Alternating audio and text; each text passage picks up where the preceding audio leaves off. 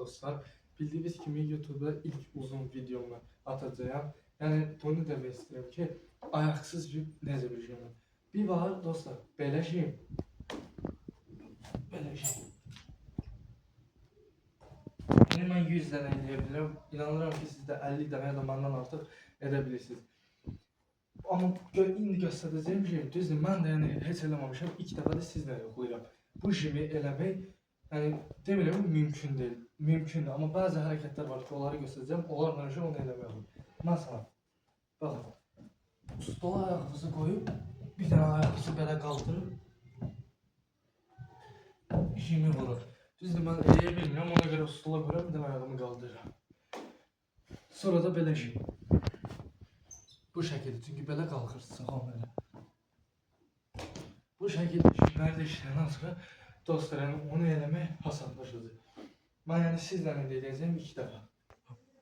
Bəli dostlar, indi göstereceğim size. Hani belə jimi ilk dəfə də yəni sizlə yapacağım.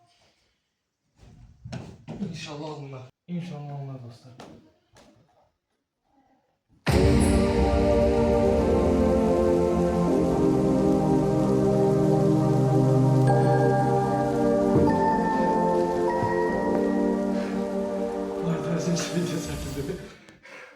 Bizim sevdiğim video çektiğim.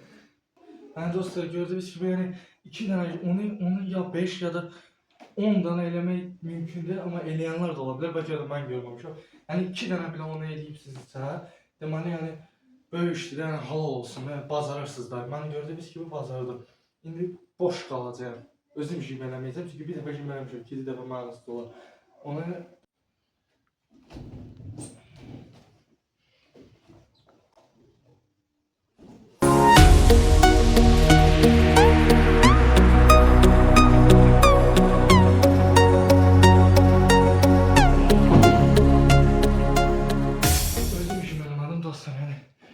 ikinci defa da eləsənin bayaq dediyim kimi mənasız olur.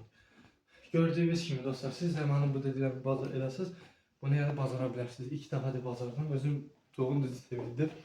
Bayaq dostlar, kanala abunə olub like atmayı unutmayın. Oldu, sağ olun.